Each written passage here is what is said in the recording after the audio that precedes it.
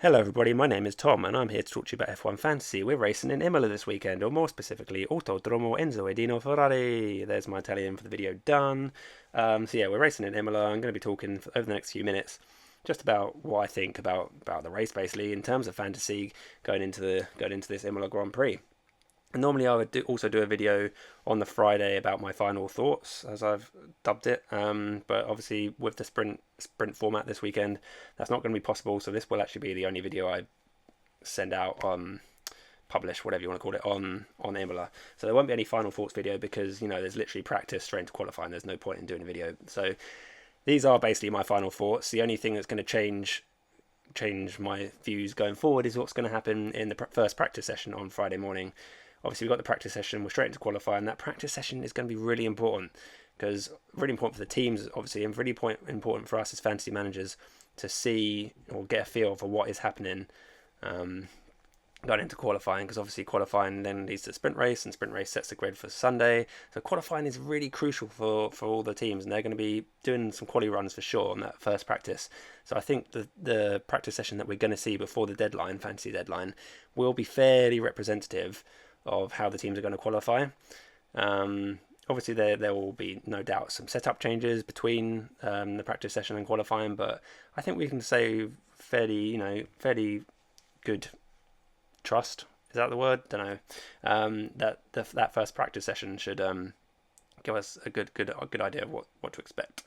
So we're, like I say, at Imola, and my first thoughts are, in terms of who's going to be the strongest here.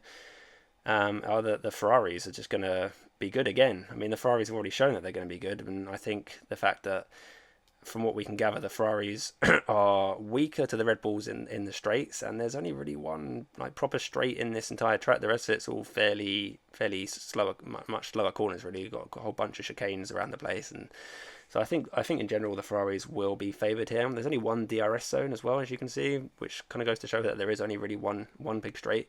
And obviously the Red Bulls will probably be stronger through here, but the Ferraris have shown that their acceleration is just superior at the moment to the Red Bulls. So I'm thinking the Ferraris are going to be stronger. So let's throw it straight back over to the team for the next week. So this is my current team. I've only made one sub already. Just to get Norris, because his price was shooting up, so I just got rid of Sainz in case he dropped and got Norris in for some extra value. So I've only made one sub, no wild card for me, sad times. With everything that's been going on with the price changes, it's been absolute chaos. Why it has risen, nobody knows, and the prices seem to have now froze. Who knows what's going on? But this is my team anyway. So let's have a look back, think about what happened in Australia, get some feedback from the drivers themselves, because I'm a big believer in terms of fantasy about listening to what the drivers have to say, because the drivers are pretty honest. From my experience looking at what they've said, the drivers are pretty honest about how they're feeling driving the car. So if we look back briefly, we can see Ocon, for example. He was disappointed with his P7 in Australia. You'd think P7 for Alpine was pretty strong, but this is a quote from Ocon. He said, "There was more pace available for us, and in the end it's a shame because I think top 5 could have been possible." And I think that goes the same for Alonso as well, who was, unfortunately for me, in my team, because I thought Alonso was going to have a really good race in Australia. It turned out to be a bit of a nightmare, but that's what happens in these fantasy games, unfortunately. I'm still undecided going ahead who to pick out of Alonso and Ocon, and like I said, I think a lot will depend on what happens in the practice session, who's looking stronger. But I think, to be honest, either of them are good shouts at the moment. Alpine have also they're also bringing some what's being quoted as significant upgrades to Imola. So the Alpines are already strong, and it looks like they're going to be getting stronger. Their team principal, Otmar, don't ask me to pronounce his surname, but anyway, the Alpine team principal, another quote from him: "I think Imola will be a good track for us." So that speaks volumes when the drivers are saying, I should be in the top 5, and the team principal saying, we're bringing upgrades, significant aero upgrades, and the track's going to be good for us. I think the Alpines, once again, are going to be a force to be reckoned with. Now, there is, let's go into this, there is an argument to be had to say that we might want the Alpines even as the Constructors, because they're the only constructor on a qualifying streak. No one else is on a streak this week. So there is some argument to be said about the Alpines being, they also free up tons of budget. If you go down from Ferrari, that's like over 10 million saving. So there is some argument to be had for the Alpines. I personally, unless they are absolutely stonking fast in the first practice session, I'm going to be avoiding them. I'm going to just stick to the safe bet, which is Ferrari. The Ferraris, like I said already, I think they're going to be strong around Imola. With regards to Carlos Sainz, I know he had a poor race in Australia, but let's not get carried away. Sainz is not a bad driver. He doesn't become a bad driver just by going overnight. He goes to Australia and he can't drive. He had a bad weekend. I honestly think Sainz is a really good driver, and he's going to bounce back. Before he lost out in Australia, in the third lap or whatever it was, he had 17 consecutive races where he's finished in the points. 17 races in a row where he finished in the points. Like, that's seriously consistent. And there's also talks that Sainz might be getting a new contract. Let's pop him in here now because we're talking about him. Get back in the team, boy. So there's talk that Sainz might be signing a new contract. I don't know if that's going to be like unveiled in Imola. It's like the home Grand Prix for Ferrari. Maybe they're waiting for the announcement. I don't know if it's actually been signed and whatever, but there's lots of talk about it happening. So I think Sainz is going to want to bounce back. Also, Leclerc, as we all know, has been amazing so far this season. Sainz is not going to be wanting to just become the Bottas to the Hamilton of last season. He doesn't want to be that second guy that just sort of supports Leclerc winning the championship. Sainz wants to win the championship for himself. Of course he does. And I honestly think that, of course, there could still be accidents and incidents in the sprint race or the Grand Prix or whatever.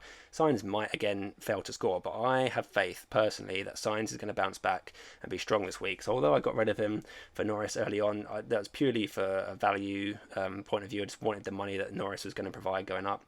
So I'm probably going to be bringing Sainz back in. Even if I don't know, at least I'll be happy to have him as my as my constructor will be Ferrari. So I kind of still get Sainz's points. But to be honest, this team actually looks quite strong anyway. Still got 2.5 million in the bank, so there's some fiddling around that we can do at that. But I think Sainz is going to be a good shout this coming weekend. There is one thing to be said though, that the Ferraris are apparently not going to be bringing any significant upgrades. A lot of the teams are bringing upgrades from what I can gather, but the Ferraris are not going to be. I think Bonotto, I can never say this guy's name, the team principal at Ferrari, Bonotti, whatever his name is, he has said that they're not bringing in significant upgrades to Imola because there is only one practice session. They're already ahead of the game on everyone, and they don't want to risk bringing new, fresh upgrades to a track where they only get one practice session, and they don't want to risk things going wrong. And maybe the upgrades don't work the way they want them to. They don't have time to test them properly. However, Red Bull and Mercedes, I'm not sure they're going to have that time, that luxury to delay and wait until Miami or whenever. So I think the Ferraris are still in a strong position despite not bringing any significant upgrades, but we'll see. So anyway, that was a long old aside, but basically what I was saying is that the Alpines are looking strong. I think also Bottas is still a good shout. I don't think he's really going anywhere in my team. He's still really cheap. He's actually lost some value, but I'm not worried about that. I think he's still a good shout. He's still consistently beating his teammate. And I think the Alfa Romeo is looking good. And Bottas has also said, in fact, I got a quote here from Bottas as well. Let me go through it. So this is when Bottas was asked about Stroll weaving in front of him in Australia. He said, "It cost me a bit of time for sure. Maybe Esteban, who, as we know, finished in P7, could have been otherwise reachable." And he also goes on to say that there are upgrades coming in the next few rounds. So that makes me think Alfa Romeo are a strong option as well. Bottas is, again, speaking very positively. I'm a big believer in the drivers speaking positively, negatively about their cars. And Bottas, very positive there, thinking he could have chased down Esteban Ocon, who himself was thinking he could get top 5. So yeah, Bottas, I think, is pretty much dead set in my team. Interesting. This is... bloody, that word's come back to haunt me again. I keep using it. Interesting. That K-Mag is not in a lot of teams at the moment because obviously the Hazards didn't do well in Australia.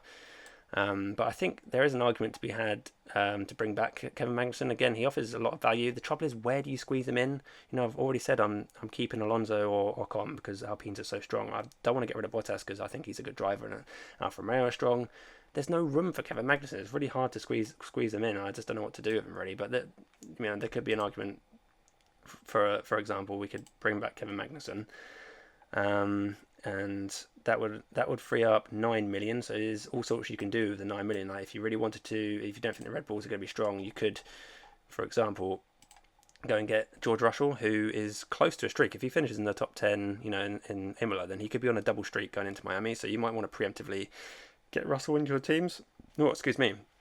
He's at 96% to a price increase, which he seems to have been at all day anyway. But I think his price is definitely going to go up at some point. I don't know what's going on with the price change at the moment. It's a complete mess. But yeah, Russell could be a good shout. And Kevin Magnussen allows you to bring Russell in. I think he's been consistent. The Mercedes doesn't look very strong at the moment, let's be honest. But there will be upgrades coming. And Russell is just, he's a consistent driver. He's shown that he's a good driver in Williams. And like I said, I think his value is just going to go up going ahead to Miami, and he could be on a double streak, so you're probably going to want him in anyway, and it just kind of saves a substitution from next week that you might want to use. So Kevin Magnussen definitely still an option, and he allows for something like that. There's plenty of other ways you can fiddle around with the team, but that's what I'm going to do looking at the moment. Let's just have a look at what I think are the options for my team, and obviously this doesn't necessarily translate directly to your team, because I might have more budget than you, I might have slightly less budget than you, and you might be able to afford slightly different setup to your team. But this is what I'm looking at the moment. So if we hop back to in fact, let's just go back, clear this, discard this, so we can go back to the original team. Let's go back straight back into it, manage. So this is what I've got set up at the moment. I've got Norris in there. Like I said, I could leave Norris in there.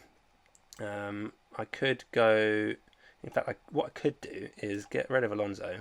I know this goes against what I've just said, bringing back Carlos Sainz, and then I've got 0.9 in the bank. So with that 0.9, I've got 8.5 in the bank, and with 8.5, I could bring back in Magnussen, or I could get Albon, because I think Albon is still a dark horse, but I'm going to say Magnussen for now, because I think he'll be the most popular, and that still frees up 2.5 million. So you could go with a team like this. You could go all in on Ferrari. And McLarens have looked strong. Have they been deceptively strong in Australia? I'm not sure. I don't know if it's just like a bit of a false dawn from the McLaren, so I'm still a bit hesitant to leave Norris in, but obviously if he does really well in FP1, then I'll be tempted to do potentially a team like this. Okay, one other option that is kind of intriguing is if we hold on to, if we assume the Red Bulls are not going to do good, this is a quite big assumption, but if the Red Bulls don't look strong, going into qualifying, we could just ditch off Perez entirely, to be honest. We could bring back. No, we've already got the colour signs in there, haven't we? We could bring in Ocon, and that would also enable us to get rid of Magnussen and bring on Alonso if we really wanted to. If we really do strongly believe the Alpines are as strong as they appear to be, and potentially are going to be this weekend, you could double up on them. You could go Ocon Alonso, in which case you might argue, why didn't you just put them as a constructor and get the qualifying bonus points, which is again also an option. Like I say, if you went for that, it would free up lots of space, but it's really tricky. This is definitely a possibility. Again, I could do this with 3 substitutes left over. You could also, if you've got the funds for it and McLaren don't look strong, you could still get Perez in there. I personally am 0.7 short of doing this team.